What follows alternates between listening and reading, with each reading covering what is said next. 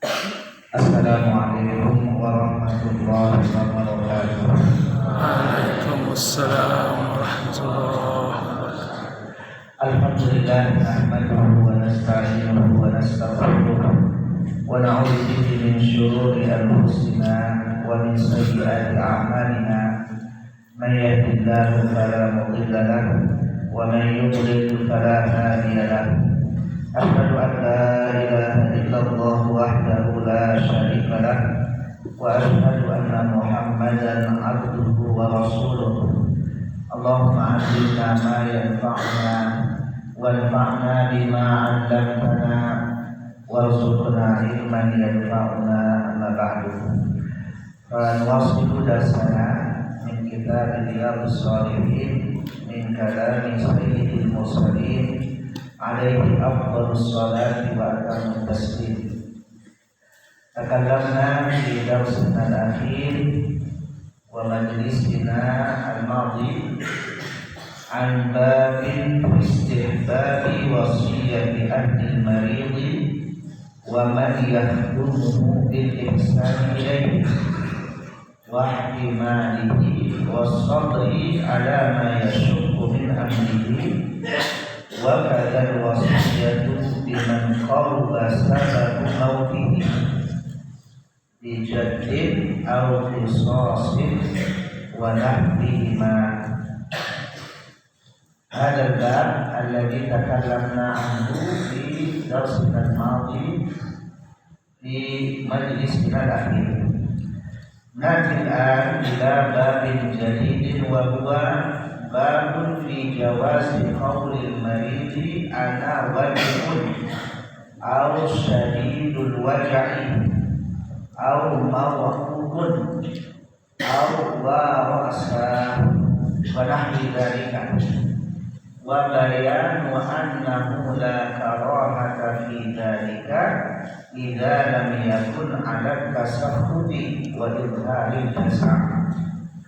Anda sekalian, kita lanjutkan kajian kita bab berikutnya, bab tentang bolehnya seseorang yang sedang sakit untuk mengatakan dirinya ana wajibun, saya sedang sakit, au syadidul wajhi, atau kata-kata yang mengatakan saya sedang sakit parah.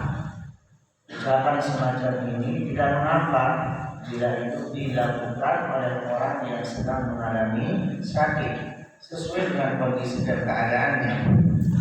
Au mawqufun au rasa, atau terkadang ada orang yang mengatakan saya sakit kepala, dan saya sedang pusing.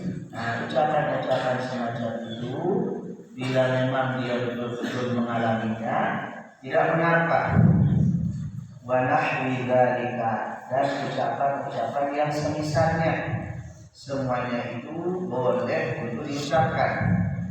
Wa bayani annahu la karahata fi dzalika, serta penjelasan bahwa hal itu bukan sesuatu yang dimakruhkan, bukan perkara yang dimakruhkan. Idza lam yakun 'ala tasahhudi, dengan catatan, kata beliau, bila mana ucapan itu, kata-kata itu keluar dari mulut orang yang sedang sakit tidak didasari at-tasahhud, yakni tasahhud itu maknanya adalah merasa tidak suka atau tidak ridho terhadap apa yang menjadi ketetapan Allah Subhanahu wa ta'ala atas dirinya. Yang kedua, apabila orang itu mengucapkan kata-kata yang demikian itu bukan untuk menunjukkan yang disebut al-jaza', yakni kata-kata atau kalimat yang menggambarkan orang itu merasa protes dalam tanda petik terhadap ketetapan Allah Subhanahu wa ta'ala. Jadi orang kalau sakit, karena sekalian, lalu dia mengucapkan kalimat-kalimat yang seperti tadi, saya sakit, saya sakit parah, saya pusing, sakit kepala, dan seterusnya, hal itu adalah hal yang dibolehkan dalam agama. Selama pertama dia betul mengalaminya, tidak dia bikin-bikin ucapan itu, tidak dia buat. Yang kedua, manakala diucapkan kalimat-kalimat itu tidak didasari ketidakridhaan terhadap ketetapan Allah Subhanahu wa Ta'ala. Nah, manakala orang mengucapkan kalimat itu atas dasar tasahhud awil jasa, mengeluh, tidak ridha terhadap ketetapan Allah, nah di situ problem. Di situ yang menjadi masalah. Mengapa demikian, mas sekalian? Salah satu rukun iman yang harus dan wajib kita imani itu adalah al-imanu bi qada'illahi wa qadarihi, yakni beriman kepada Allah Subhanahu wa Ta'ala, beriman kepada ketetapannya, beriman kepada takdirnya yang sudah ditentukan olehnya.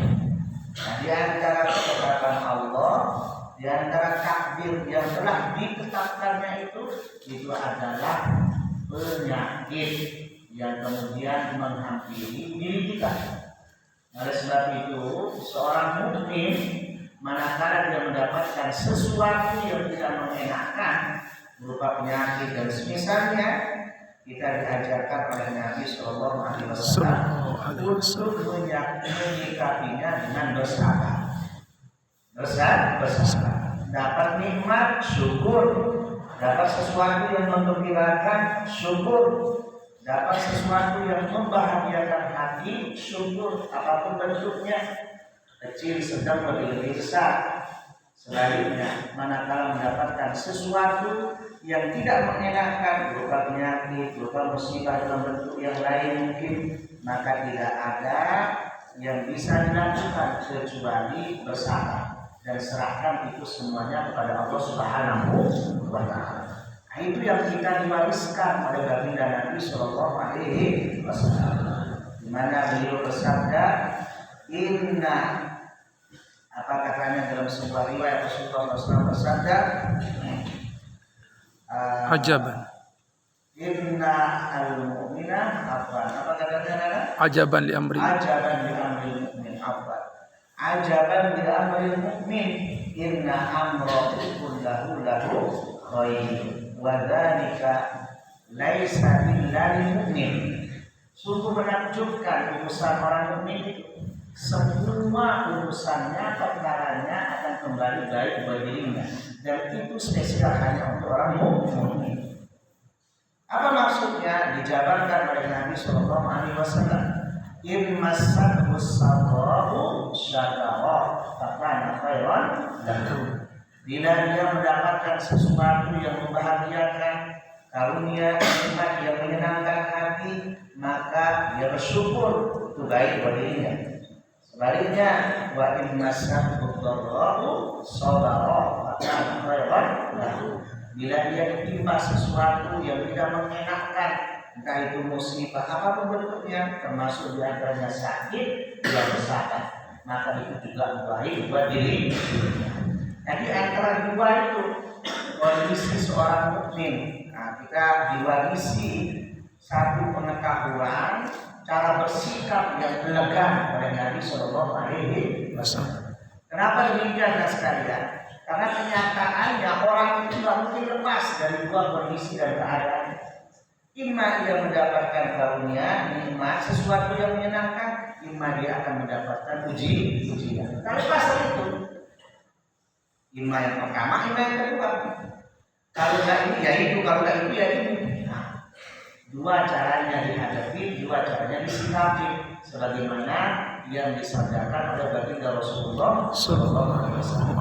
Nah, kembali kepada baginda sekalian, seorang mukmin apabila dia sakit, diuji oleh Allah dengan satu jenis penyakit, entah itu yang mungkin ringan, sedang, lebih-lebih dari yang parah, maka tidak mengapa dia mengatakan dirinya saya sedang sakit.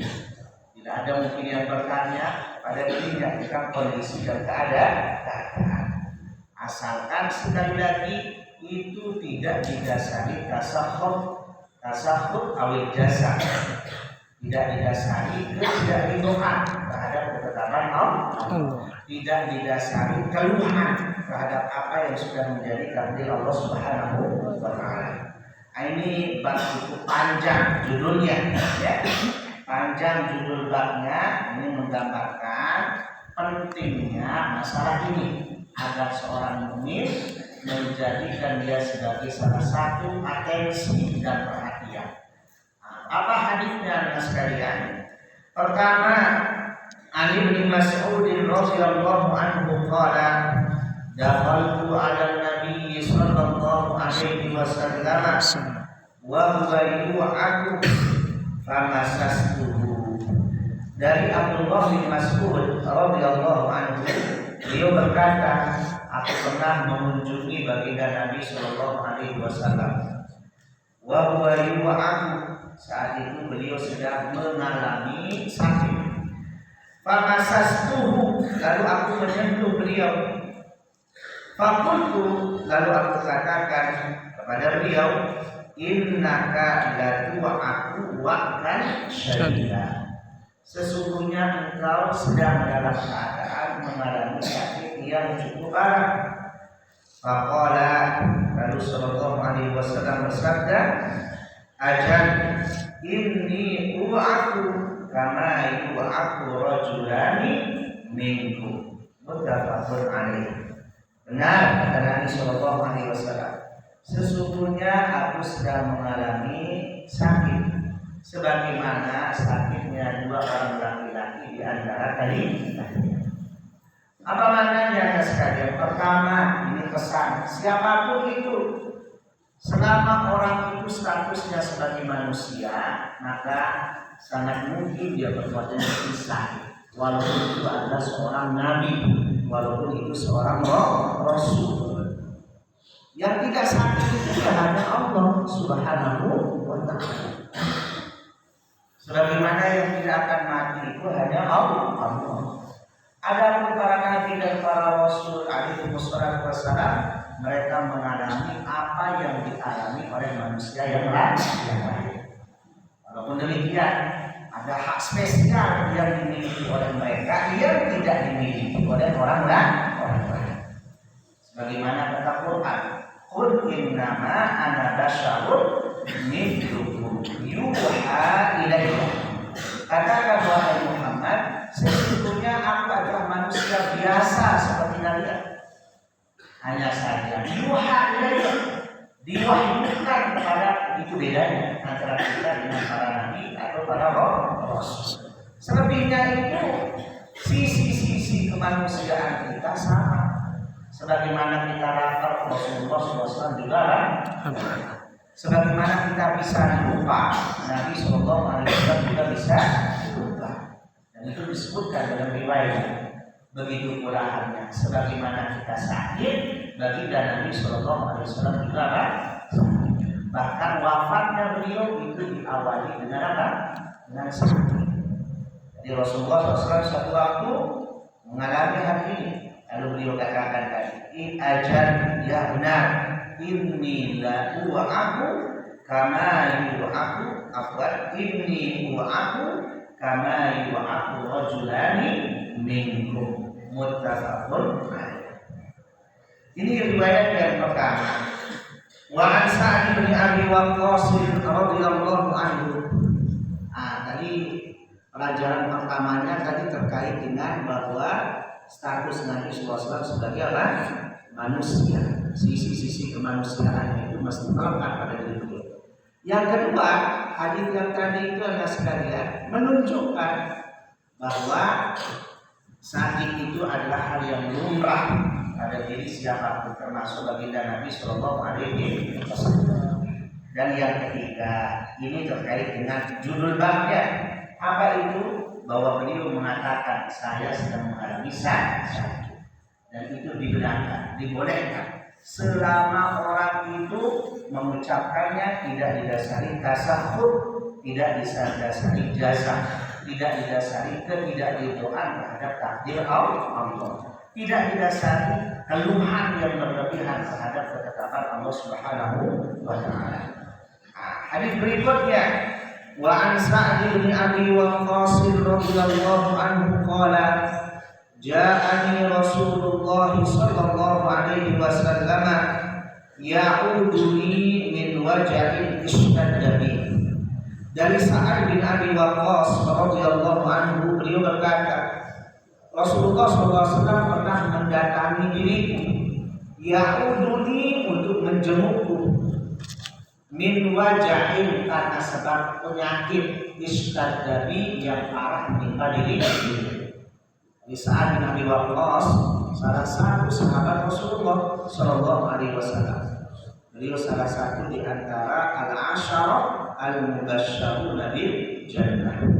10 sahabat Nabi SAW yang diberitakan masuk surga di ghairi hisab. Apa kata beliau? Satu waktu Rasulullah SAW datang menemui aku untuk menjenguk diriku, disebabkan karena aku sedang sakit, yang mana sakitku itu cukup parah.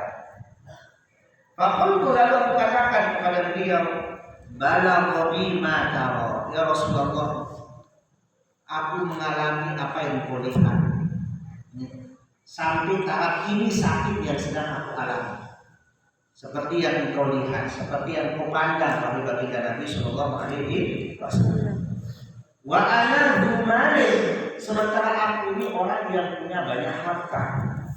Wala yarithuni illa binati, dan tidak ada ahli warismu kecuali seorang putriku.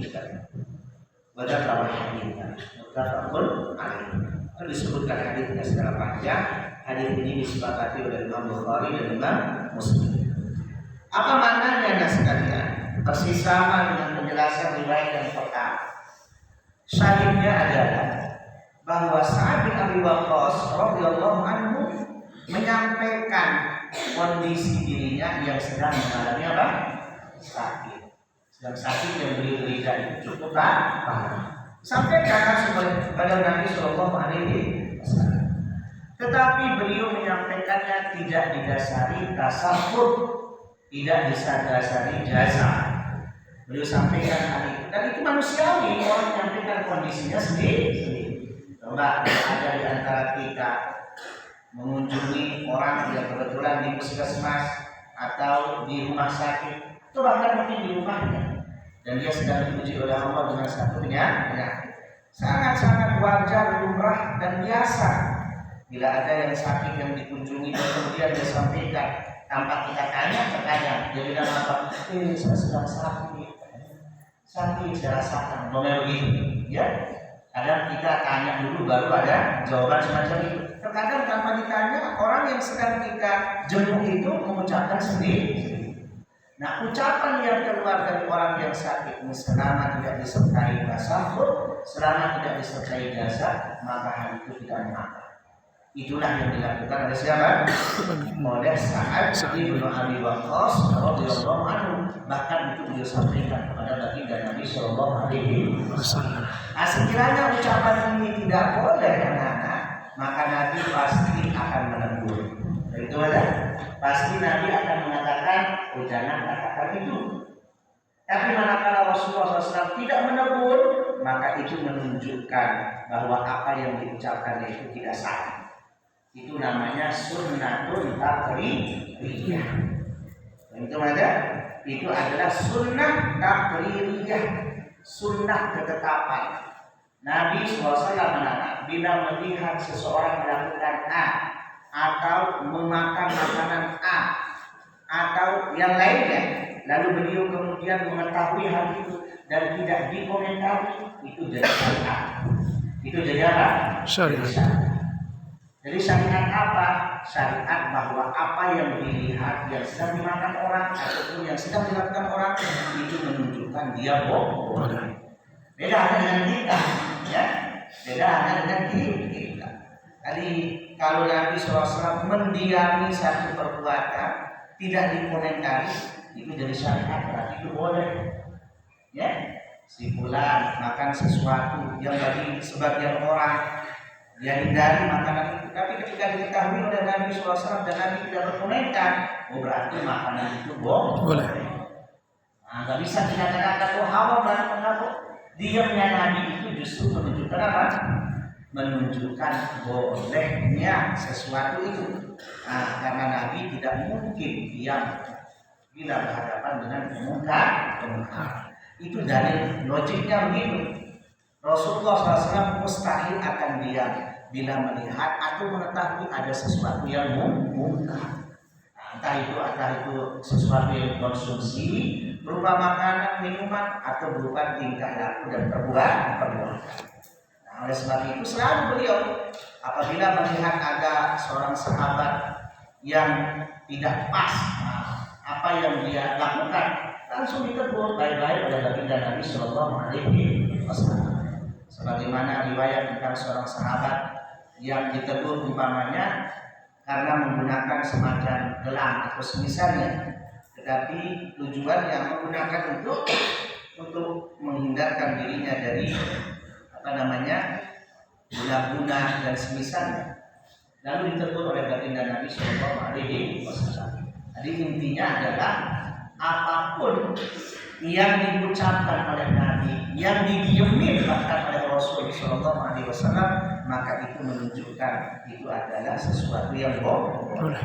Termasuk dalam kisah ini, Sa'ad bin Abi Waqqas radhiyallahu anhu mengucapkan, saya mengalami sakit dan cukup parah, dan Nabi mendengar itu dan beliau tidak menegurnya.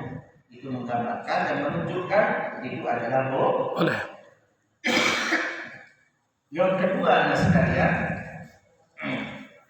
dari hadis ini juga dapat kita ambil pelajaran bahwa tidak mengapa seseorang yang sedang diuji oleh Allah dengan satu penyakit yang cukup parah untuk menunjukkan kepada orang yang menjeruknya itu. Kalau terkadang ada jenis penyakit tertentu anak-anak itu bisa dilihat dampak sakit itu dari luar saja. Tapi ada jenis penyakit tertentu terkadang harus dibuka baju sebagian dulu, itu ada, baru kemudian bisa dilihat. Mungkin diperlihatkan umpamanya seperti ini, lihat di kondisi saya. Terkadang hanya dengan melihat wajah saja orang bisa paham kondisinya kenapa. Tapi terkadang ada orang yang diuji oleh Allah dengan satu jenis penyakit tertentu, dia harus dibuka mungkin bagian tertentu dari tubuhnya atau dari pakaiannya untuk melihat kondisinya kenapa. Nah, hal-hal semacam ini tidak mengapa. Lebih-lebih lagi kalau orang pergi ke puskesmas, ke rumah sakit, itu dibutuhkan oleh siapa? Perawat. Oleh siapa? Oleh dokter. Dokter perawat, manakala dia ingin memastikan ini penyakitnya seperti apa, mesti dia akan buka bajunya, ya. Ya, selama tentu ada batasan-batasan syar'i. Mana sih batasan? Terutama kalau perawatnya umpamanya lawan jenis. Hal itu tidak mengapa. Hal itu tidak menjadi persoalan. Selama tidak ada unsur bahwa orang itu untuk menunjukkan tasawufnya, ketidakridhoannya terhadap ketetapan Allah ataupun keluhan yang berlebihan kepada ketentuan Allah. Ini hadis yang kedua. Yang ketiga, wa ani Qasim bin Muhammadin qalat Aisyah radhiyallahu anha wa ra'sa faqala an-nabiy sallallahu alaihi wasallam bal ana wa ra'sa wa dzakara al-hadits rawahu Bukhari. Disebutkan dari Al-Qasim bin Muhammad, beliau mengatakan Aisyah radhiyallahu anha, ibunda kita semua, salah seorang istri baginda Nabi sallallahu alaihi wasallam, beliau pernah mengatakan di hadapan Nabi sallallahu alaihi wasallam. Apa kata beliau? Wa rasa, bahasa kita itu, aduh sakit kepalaku. Ya. Aduh sakit kepalaku. Kadang-kadang kita keluar kalimat-kalimat semacam itu. Ya. Terkadang orang sakit kepala itu bisa jadi karena satu sebab, terkadang juga tanpa sebab, tiba-tiba sakit. Nah, Aisyah radhiyallahu anha pernah mengucapkan kalimat itu di hadapan Nabi sallallahu alaihi wasallam. Lalu Nabi berkomentar, beliau mengatakan, bal wa ana warasa. Beliau mengatakan, aku juga kepadaku. Nah, jadi ini menunjukkan bahwa ucapan hati itu bukan menunjukkan ucapan keluar. Kecuali kalau disertai dengan jasa, baru itu tidak boleh. Kecuali kalau itu disertai dengan tasahud, baru itu tidak boleh. Kalau itu adalah ucapan yang diucapkan untuk menunjukkan apa yang dirasakan dirinya sendiri, berupa sakit kepala, pusing dan semisalnya, nggak apa-apa. Itu sesuatu yang normal, sangat manusia. Dan siapapun itu bisa saja melakukannya. Bahkan di sini disebutkan istri baginda Rasulullah Shallallahu Alaihi Wasallam melakukan hal itu. Bahkan baginda Nabi Shallallahu Alaihi Wasallam juga mengucapkan hal yang sama. Ini anak sekalian, 3 riwayat yang disebutkan dari bab yang cukup panjang. Yang pesan intinya, pertama bahwa sakit itu adalah ketetapan Allah, ketentuan Allah pada setiap kita. Satu waktu orang sehat, satu waktu bisa jadi sakit. Hanya saja yang berbeda satu sama lain, mungkin waktunya, momennya, ya, lalu jenis sakitnya yang berbeda, lalu durasi sakitnya yang berbeda. Ada yang mungkin sakit di bagian kepala, mungkin bagian perut, mungkin bagian tangan, kaki dan seterusnya. Tapi yang pasti setiap orang itu akan mengalaminya satu waktu, ya, minimal sakit perut mesti. Saya nggak yakin ada orang yang sama sekali nggak pernah sakit, itu nggak yakin. Ada nggak kira-kira yang nggak pernah sakit sama sekali? Tidak ada. Minimal mana-mana pinang itu nggak mungkin, nggak, itu mesti. Ya, saya tanya kalian, anak dokter sakit nggak? Dia sakit, ya. Kalau nggak dia sakit setelah jadi dokter, paling tidak dulu sebelum jadi dokter dia merasa sakit. Bahkan tidak sedikit dokter spesialis justru sakit karena penyakit yang di situ bidangnya. Betul atau betul? Tidak sedikit, ya. Jadi kalau orang yang kemudian bergelut di bidang kesehatan setiap saat, setiap waktu saja bisa sakit, ya pada kita, ya. Jadi oleh sebab itu ketetapan yang tidak mungkin kita bisa hindari. Jadi makanya iman kepada takdir itu luar biasa, bahwa dengan kita mengimani takdir bahwa ini adalah ketetapan Allah Subhanahu wa taala, kita bisa sikapi kondisi-kondisi itu dengan lebih baik, dengan semestinya sebagaimana yang diwariskan, yang diajarkan oleh baginda Rasulullah sallallahu alaihi wasallam. Bayangkan kalau kita tidak mengimani takdir, maka yang akan terjadi seperti tadi, orang akan banyak mengeluh. Dapat sesuatu yang tidak mengenakan, agak seret umpamanya, rizkinya tidak seperti biasa, dia akan mengeluh. Biasanya dapat 10, satu waktu dapat 3, dia akan mengeluh. Begitu seterusnya. Nah, oleh sebab itu iman kepada takdir itu menjadi sesuatu yang sangat spesial. Sama halnya manakala orang mendapatkan musibah. Kalau kita tidak mengimani takdir, orang akan berlarut dalam kesedihan. Terus akan berpikir akan akan tersangka oleh musibah yang sedang dihadapi. Makanya kata Imam Abdul Qadir Al-Jilani itu dalam salah satu pesannya kepada putranya atau muridnya, apa kata beliau? Ya bunayya, innal musibata ma ja'at lituhlikaka, inna ma ja'at litantahina sabraka wa imanaka. Wahai putraku, kata beliau, sesungguhnya musibah yang menimpa dirimu itu tidaklah datang menghampirimu untuk membinasakanmu, untuk membunuhmu, tidak. Tetapi musibah itu datang menghampiri dirimu untuk menguji kesabaran dan menguji iman. Dalam hal ini adalah iman kepada takdir, kepada Allah Subhanahu wa taala. Oleh sebab itu besar sekali maknanya iman kepada takdir. Jangan terpengaruh dengan ucapan sebagian orang. Ya, tidak sedikit orang terutama di kota-kota tidak diimani takdir atau meragukan iman kepada takdir. Apa yang terjadi kemudian? Semuanya dia ini kan kepada diandalkan pada dirinya semuanya. Jadi orang sukses karena dia, orang juga gagal karena dia. Sama sekali tidak dikaitkan kepada takdir Allah Subhanahu wa Ta'ala. Ini tentu kebablasan. Ya, sesukses-suksesnya seseorang, walaupun ada usaha yang dia lakukan, ikhtiar yang dia jalankan, ingat ada takdir Allah di sana. Agar apa? Supaya orang tidak sombong, supaya tidak merasa ini karena saya usaha keras, makanya saya sukses. Itu supaya jangan sampai kayak Korun dulu begitu dia. Korun begitu menjadi orang yang super kaya. Kalau istilah orang hari ini crazy rich, namanya crazy rich, saking kayanya Korun itu. Ketika dia dikasih hati dan nafroh inallah ada yuhibbul farihin. Wahai Korun, jangan kamu membanggakan diri. Allah nggak suka sama orang-orang yang suka membanggakan diri. Apa kata Korun? Innama utituhu ala ilmi.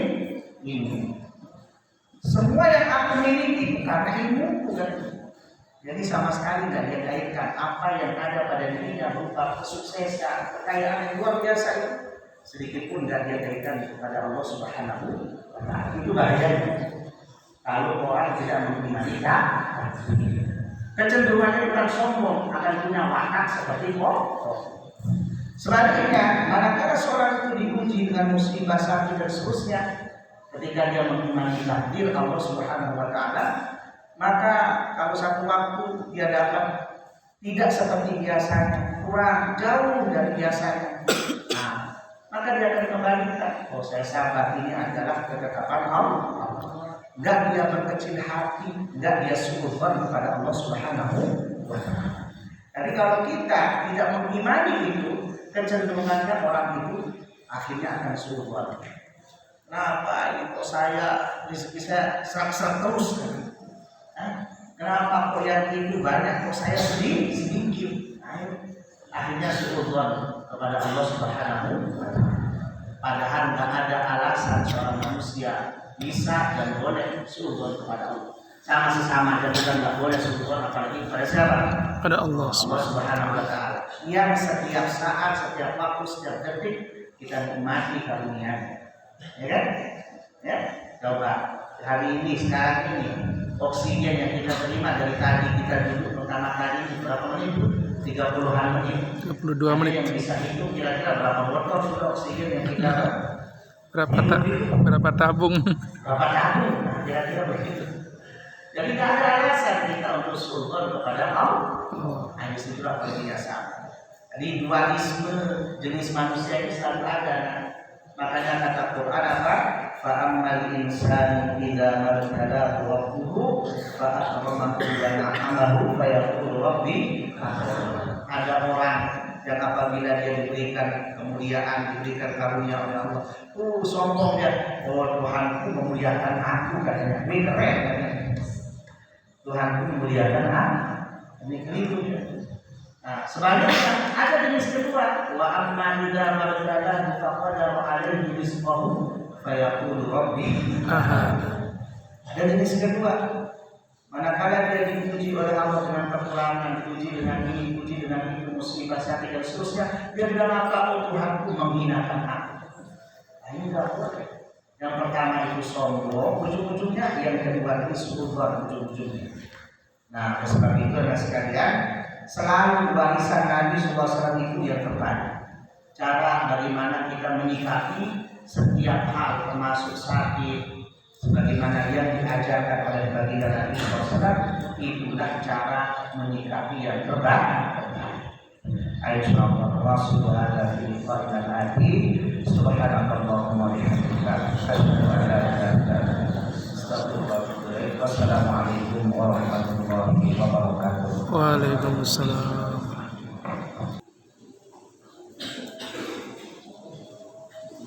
Sip.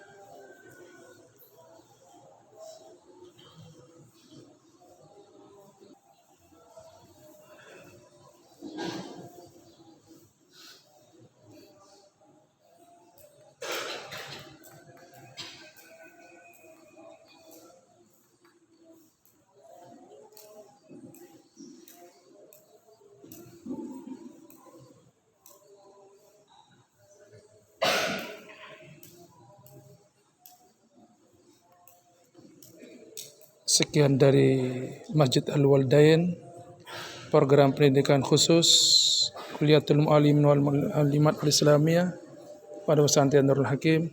Mudah-mudahan tetap sehat walafiat. Assalamualaikum warahmatullahi wabarakatuh.